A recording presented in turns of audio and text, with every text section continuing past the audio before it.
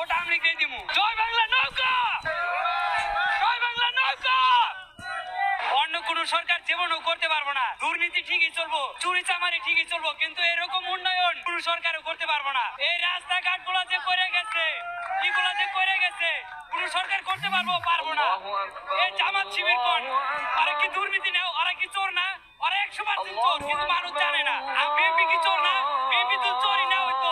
এখনো তারিখ দিয়ে দেশে আসার নাকি কিন্নিকে আসার না, এটা কি মানুষ জানে না? রাস্তাঘাটে গুলো আপনি 20,000 টাকা নিয়ে বাইরন, আপনারা দুগুর করবো যে আপনারা রিস্কেতে যাইতেছেন কোন খাবলাতে নিয়ে জায়গা। আর আমলিকের আমলে এটি আসছিল না, আর ছিনতাইকারী ছিল না আমলিকের আমলে। ডক্টর ইউনূস নিরপেক্ষভাবে সুষ্ঠুভাবে কোন পক্ষ না নিয়ে, মানে আমলিকে যোগ করে সুষ্ঠু নির্বাচন দিক, তাহলে দেওয়া যাবো যে কেরা পার হয়। আমার পক্ষে সম্ভব না নির্বাচন দেওয়া আমলিগ ছাড়া।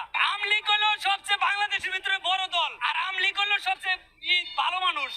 আমলিগ ভালো ভাই, অনেক কিছু দেয় ভালো। আমলিগ যা করে গেছে এটা কি কোন সরকার করতে পারবো না। আমলিগ গরিবে যেন থাকার স্থান নাই,